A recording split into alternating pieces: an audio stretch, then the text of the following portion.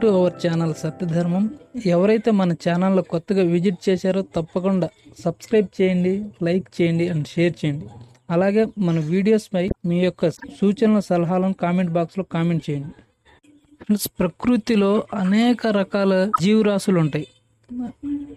ప్రతి ఒక్క జీవికి తనకంటూ ఒక ప్రత్యేకత ఉంటుంది, కానీ ఆ విషయం తాముగా తెలుసుకోలేరు. ఇదే కోవలో ఒక కోడి ఆ సంగతి తెలుసుకోకుండా నెమలి తనకంటే అందంగా ఉందని, నెమలి ఈకలు ఉన్నంత అందంగా తన ఈకలు లేవని అసూయపడేది.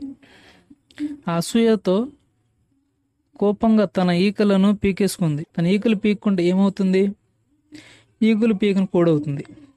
కానీ నెమలి అవుతుందా? అవ్వదు కదా.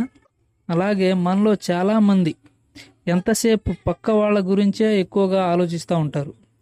ఎందుకంటే వాళ్ళు మనకంటే ఎక్కువగా డబ్బు సంపాదిస్తున్నారా, లేదా మనకంటే ఎక్కువగా ఆస్తిపాస్తులు ఉన్నాయా, లేదా మనకంటే అందంగా ఉన్నారా, లేక మనకంటే మంచిగా బతుకుతున్నారా.